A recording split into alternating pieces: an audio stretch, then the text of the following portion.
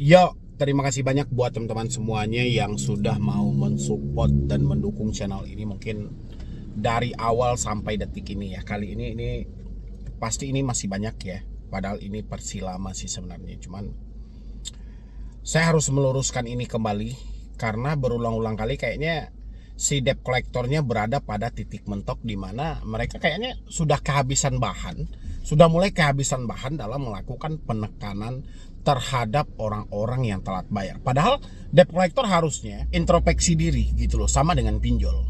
Harusnya introspeksi diri juga. Kenapa makin kesini makin banyak orang-orang tidak mau membayar di pinjaman mereka? Apa yang salah? Apa yang sedang terjadi? Harusnya kan diperiksa dulu secara internal. Oke, kali ini yang mau kita bahas yang terbarunya itu pinjol bersama debt collectornya pada sibuk membikinkan grup-grup WhatsApp untuk orang-orang yang telat bayar, yang tidak mampu bayar, yang tidak sanggup bayar di aplikasi mereka. Tujuannya seperti apa dan seperti apa juga kita mengatasi semua ini, terutama buat teman-teman semuanya yang selalu mendapatkan tekanan-tekanan via WhatsApp, via email dan via telepon. Anda boleh simain ini yang mana debt collector akan membikinkan grup WhatsApp untuk menakut-nakuti diri Anda. Tapi sebelumnya seperti biasa, silahkan disupport dulu, silahkan didukung dulu channel ini. Mudah-mudahan supportan dan dukungan Anda channel ini makin berkembang lagi dan saya makin semangat lagi memberikan motivasi dan edukasi buat Anda semuanya. Silahkan. Oke, terima kasih buat teman-teman semuanya yang sudah mau mensupport dan mendukung channel ini. Mudah-mudahan dengan supportan dan dukungan Anda channel ini makin berkembang lagi dan saya makin semangat lagi memberikan motivasi dan edukasi. Oke. Pinjol berupaya untuk melakukan penekanan kepada diri Anda. Sebenarnya konsep-konsep seperti ini gaya-gaya lama yang diperbaharui oleh aplikasi pinjol ini. Karena cara mereka dalam menagih ini kita nggak asing lagi. Sejak dulu sampai sekarang mereka menagihnya seperti ini aja, nggak pernah berubah.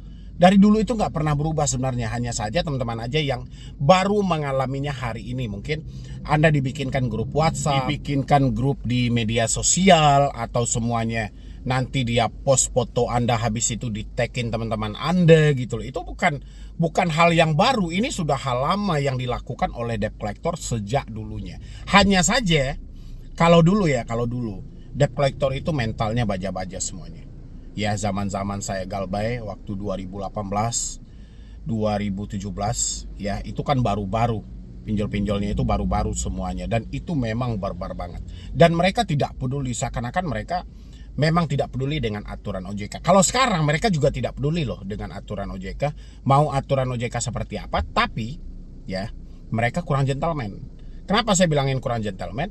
Tidak satupun pinjol legal yang melakukan penekanan. Contoh, Anda kalau tidak melakukan pembayaran sampai jam sekian, kami akan bikinkan grup WhatsApp untuk kontak-kontak Anda semuanya.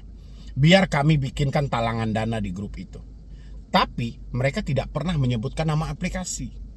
Kalau dulu enggak, mereka menyebutkan nama aplikasi. Anda kalau tidak melakukan pembayaran, kami akan bikinkan talangan dana ya, untuk kontak-kontak Anda membayarkan kepada aplikasi kami, disebutkan nama aplikasi. Jadi perbedaan dulu dengan sekarang itu ya cuman itu aja gitu loh. Tapi dulu itu kita senangnya kita diancam dan kita tahu nama aplikasinya. Kalau sekarang nggak lagi, kita diancam tapi kita nggak tahu sama sekali ini aplikasi apa dan dari mana. Terkadang ada satu orang itu terjebak di lebih dari 2 aplikasi. Dia bingung ini mau dibayar yang mana. Siapa sih yang melakukan penekanan? Takutnya dibayar aplikasi ini, ternyata yang ini menekan. Dibayar aplikasi yang ini, ternyata yang ini lagi yang menekan. Jadi terjadilah kebingungan pada mereka. Ya, itu yang kebanyakan sekarang. Dan bagaimana sebenarnya kita mengatasi hal ini? Ya, saya belum beralih. Bahkan sampai detik ini saya masih konsisten buat teman-teman semuanya. Anda yang mentalnya tidak bisa diajak kompromi sama sekali, ya, dikit-dikit baper, dikit-dikit takut, mental Anda mental kerupuk banget gitu loh. Saya berharap kalau memang mental Anda seperti itu, dikit-dikit baper, dikit-dikit bawa perasaan, dikit-dikit takut, mendingan Anda putus semua komunikasi dengan pinjol daripada Anda capek-capek setiap hari. Ya, setiap saat Anda ditekan, setiap saat Anda diancam gitu loh. Apalagi Anda bermental lemah, takutnya Anda tidak mampu mengendalikan diri Anda sendiri, malah terjadi gali lubang tutup lubang. Malah Anda melakukan tindakan-tindakan yang tidak seharusnya Anda lakukan. Itu yang saya takutkan gitu loh. Tapi kalau mental Anda tidak ada masalah, Anda aman-aman saja, dan Anda pengen supaya pinjol tidak membikinkan Anda grup WhatsApp, kan Anda bisa setting aja itu. Bisa setting melalui WhatsApp-nya bisa, ya, dari handphone Anda bisa, di media sosial Anda juga bisa. Grupnya dibikinnya di mana? Di media sosial Anda bikin privasi semuanya. Ya, kalau di WA Anda juga bisa membuat. Untuk di WA nanti saya pajang di mana ya, di sini lah, di sini atau di mana ya. Pokoknya yang jelas Anda masuk ke pengaturan, habis itu ambil privasi. Di dalam privasi itu scroll ke bawah, ada grup ya, grup aja tulisannya, dan di situ Anda centang siapa aja yang bisa untuk membikinkan Anda atau menandakan Anda, memasukkan Anda ke dalam grup WhatsApp mereka. Ya, kalau Anda tidak pengen masuk ke dalam grup WhatsApp manapun, Anda bikin aja tidak ada satupun gitu loh. Kalau Anda hanya pengen itu grup yang membikinkan Anda itu cuman kontak-kontak aja, pilih kontak. Ya, atau Anda juga tidak pengen kontak Anda, ya pilih aja kontak dikecualikan, kan ada semuanya. Ya, itu buat teman-teman semuanya yang selalu diancam dan ditekan dengan grup-grup WhatsApp. Tapi sebenarnya banyak juga sih keuntungan kita kalau kita bisa berpikir positif sebenarnya. Pinjol-pinjol yang membikinkan kita grup WhatsApp itu sebenarnya menjadi satu alasan untuk kita tidak perlu lagi membayar di aplikasi itu. Cukup kita mengumpulkan bukti-bukti saja. Cuma yang terjadi di lapangan ini sulit. Kita ini nggak satu pemikiran. Ada pemikirannya yang hebat, ada pemikirannya yang lambat banget. Giliran ada pemikiran yang lambat, kita ngomongin dia nangkapnya entah kemana-mana gitu loh. Dia serba baperan tadi, makanya saya bilangin kalau memang Anda serba baperan, serba takut-takut, atau mental Anda tidak bisa diajak kompromi sama sekali, mendingan ya Anda keluarkan aja budget Anda 20.000 perak. Anda datang ke konter handphone, Anda beli kartu baru. Ya, itu adalah solusi yang paling tepat harus Anda tempuh. Kalau mental Anda tidak baik-baik saja, lain hal kalau mental Anda baik. Sementara yang mentalnya baik-baik saja, kalau setiap hari diberikan ancaman, diberikan tekanan, saya yakin sekuat apapun mental Anda tetap akan drop. Ya, tetap akan ngedon juga, tetap Anda tidak akan sanggup lagi. Walaupun Anda berdalih, saya nggak angkat teleponnya bang, saya nggak balas WA-nya bang, saya abaikan emailnya bang, mau sampai kapan Anda sanggup? Handphone itu ada di tangan Anda loh, ya. Dan telepon itu tidak selalu juga nomor baru itu dari debt collector, dan tidak selalu juga yang masuk nomor baru itu dari teman Anda. Jadi Anda akan bingung sendiri. Ya kan, handphone aktif, nomornya bisa dihubungi, tapi Andanya ketakutan dalam mengangkat, jadi no fungsi. Ya kan? Mana tahu nanti Anda, karena Anda fobia itu adalah debt collector yang menghubungi, saking takutnya ternyata teman Anda yang menghubungi Anda, mengajak Anda bekerja, mengantarkan rezeki buat Anda. Tapi karena Anda sudah ketakutan duluan, akhirnya nggak tangkat, nggak kerespon, jadi mubazir kan. Mendingan kalau bagi saya pribadi, saya paksa diri saya untuk keluar dari semua itu. Berulang kali saya bertanya ke diri saya sendiri, ini mau sampai kapan? Saya ketakutan ini mau sampai kapan? Apakah dengan ketakutan ini duit saya ada? Ya tetap aja, justru duit saya makin tidak ada. Karena saya ketakutan keluar rumah, saya fobia melihat orang banyak, seakan-akan semua tetangga dan keluarga sudah tahu. Padahal ini hanya ilusi kita saja.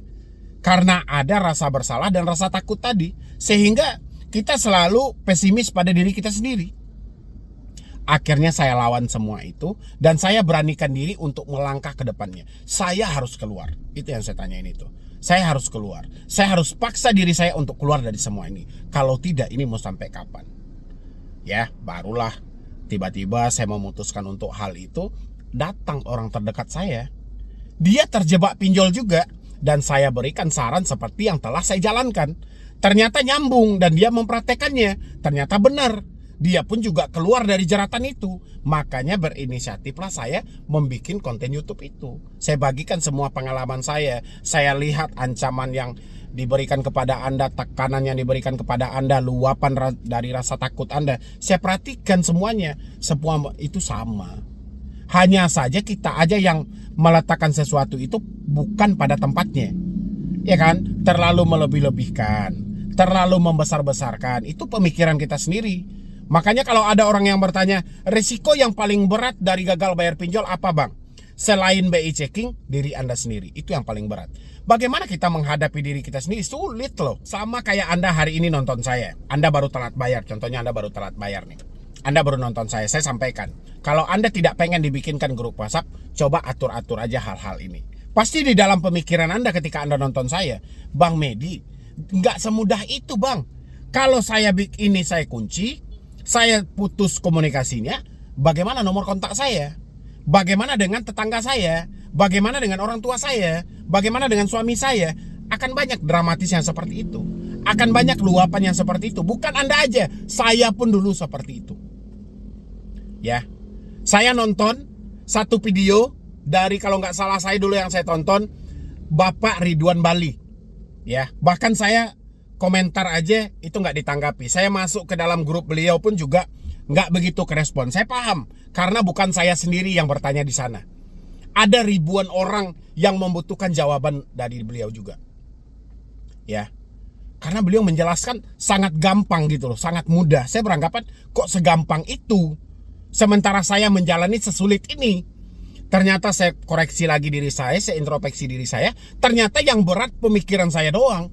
Fakta dari pinjolnya nggak seberat itu jadinya. Cobalah teman-teman analisa. Oke, sekarang Anda bilangin gini, saya takut didatangi DC ke rumah. Ini umpamanya, saya takut didatangi DC ke rumah Bang. Oke, itu perkataan Anda, takut didatangi DC ke rumah. Permasalahannya, karena pertama, Anda menutupi dari suami, Anda menutupi dari orang tua, Anda menutupi dari teman-teman. Oke, 3 poin ini pemicu rasa takut muncul.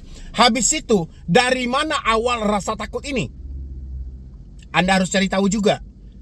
Nggak mungkin dong Anda gagal bayar, terus nggak ada angin, nggak ada hujan, nggak ada apa-apa sama sekali, tiba-tiba Anda menyampaikan, saya takut Bang DC datang ke rumah. Kan nggak mungkin tiba-tiba. Bisa saja Anda mendapatkan telepon dari DC, WhatsApp dari DC, email dari DC yang menyatakan dia akan berkunjung ke rumah. Ya, ini salah satu pemicunya. Atau bisa jadi juga seperti ini, karena saking paniknya Anda, karena Anda melihat nominalnya selalu bertambah, mulai dendanya terus meningkat, bunganya juga kita nggak jelas dihitung dari mulai hari apa, kita juga nggak tahu, yang jelas dendanya bertambah. Dan habis itu kita masuk ke dalam grup-grup yang salah. Di dalam grup ada orang yang bercerita, saya habis dikunjungi DC, saya habis didatangi FC. Ya, inilah penyebabnya. Orang-orang makanya bertanya, saya sangat takut Bang didatangi DC ke rumah. Seandainya, ya, ini buat teman-teman semuanya, seandainya, pertama, Anda tidak mempunyai telepon yang aktif lagi, mereka tidak bisa menelpon lagi. WhatsApp mereka tidak bisa menghubungi lagi. Email tidak ada yang dia kirim lagi. Saya rasa kata-kata tadi, saya takut didatangi DC ke rumah, tidak akan muncul karena Anda tidak melihat yang 3 ini. Ya, habis itu Anda juga tidak masuk ke dalam grup-grup yang salah. Kalaupun Anda masuk ke dalam grup, Anda tidak mau merangkul masalah orang lain ke diri Anda. Kebanyakan kan seperti itu. Contoh, misalnya ada dalam satu grup, dia ini anggotanya ada 100 orang dengan berbeda-beda provinsi. Habis itu mereka yang ada di provinsi DKI misalnya gitu kan, menyampaikan, saya habis dikunjungi oleh debt collector Kredivo. Ini dia tinggal di DKI loh, dia tinggal di Jabotabek. Ternyata salah satu anggota grup itu ada yang tinggal di Kalimantan, ada yang tinggal di Aceh, ada yang tinggal di Bali. Yang di Kalimantan ketakutan, yang di Aceh ketakutan, yang di Bali ketakutan. Padahal yang dikunjungi yang ada di Jakarta. Penyebabnya apa? Karena dia merangkul satu permasalahan ini, dia gambarkan menjadi diri dia juga. Dia juga sama-sama gagal bayar di aplikasi itu. Sehingga dia beranggapan masalah yang terjadi oleh teman dia yang ada di grup ini akan terjadi juga pada dia. Nggak bisa dipukul seperti itu. Nggak bisa, itu terlalu rata gitu loh. Nggak bisa dipukul rata. Pertama, wilayah kita berbeda. Nominal hutang kita juga berbeda. Jangkauan debt collector pasti akan berbeda. Ya, Anda kalau nggak percaya, tanyain semua orang yang sama-sama telat bayar di satu aplikasi tapi beda-beda provinsi. Itu akan beda-beda. Kenapa saya tahu seperti itu? Yang bertanya kepada saya 33 provinsi. Ya. Yang dia tanyakan tidak keluar dari 101 pinjol legal. Tidak keluar dari 101 pinjol legal, mereka bertanya di 33 provinsi. Pertanyaannya sama semuanya. Ya. Sama pertanyaannya semuanya, masalahnya akan beda-beda. Kapan saya tahunya akan berbeda? Setelah 2 bulan, ada yang baru 3 bulan, baru mereka datang. Mereka muncul lagi pada saya, Bang Medi, ternyata benar yang abang bilang. Mereka nggak datang-datang, Bang. Ternyata saya setelah mematikan nomor aman-aman aja, Bang. Kenapa saya tidak tahunya dari dulu ya, Bang? Kenapa saya baru menemuin YouTube abang setelah saya hancur-hancuran, Bang? Itu dari pernyataan mereka semuanya. Itu menandakan masalah Anda tidak akan sama walaupun sama-sama di satu aplikasi yang sama. Ya, jadi jangan ambil pengalaman orang lain untuk menakut-nakuti diri Anda. Kalau mengambil pengalaman orang lain untuk mensemangati diri Anda nggak ada masalah. Tapi kalau mengambil pengalaman orang lain untuk menakuti diri Anda, jangan. Ya, itu buat teman-teman semuanya. Jadi Anda semua harus praktekkan itu. Jadi kalau Anda tidak mau dibikinkan grup-grup di WhatsApp, setting WhatsApp-nya. Kalau mental Anda tidak bisa diajak kompromi, hapus semua akun WhatsApp, email, dan telepon Anda. Begitu juga dengan media sosial. Media sosial Anda takut ditandain teman Anda, dilihat-lihat siapa daftar pengikut dan segala macam, privasikan. Setting semuanya, kan ada aturannya. Ya kan? Setting. Kapan perlu Anda tinjau lagi seberapa bermanfaatkah media ini bagi Anda. Kalau Anda rasa media itu lebih banyak membuang waktu Anda daripada memberikan manfaatnya, hapus aja media itu. Ya, nggak ada gunanya. Tapi kalau Anda rasa ini sangat bermanfaat, sementara waktu ya sudah Anda lakukan aja settingan. Ya, itu buat teman-teman semuanya. Jadi saya pengen gak ada lagi yang ketakutan, gak ada lagi yang kecemasan. Mudah-mudahan dengan sesingkat video yang saya sampaikan ini tentang grup-grup WhatsApp, ancaman dan tekanan, mudah-mudahan itu bisa memulihkan kembali mental Anda dan menyemangati diri Anda untuk kedepannya. Jadi gak ada yang perlu kita takuti. Satu-satunya resiko gagal bayar di pinjaman online yang paling nyata dan fakta adalah BI checking. Cuman itu aja. Soal BI checking sendiri pun belum merata semua pinjaman online mendapatkan aksesnya. Hanya beberapa pinjol saja dan pay later. Oke? Jadi sekian dulu dari saya, Medi Broni. Wassalam.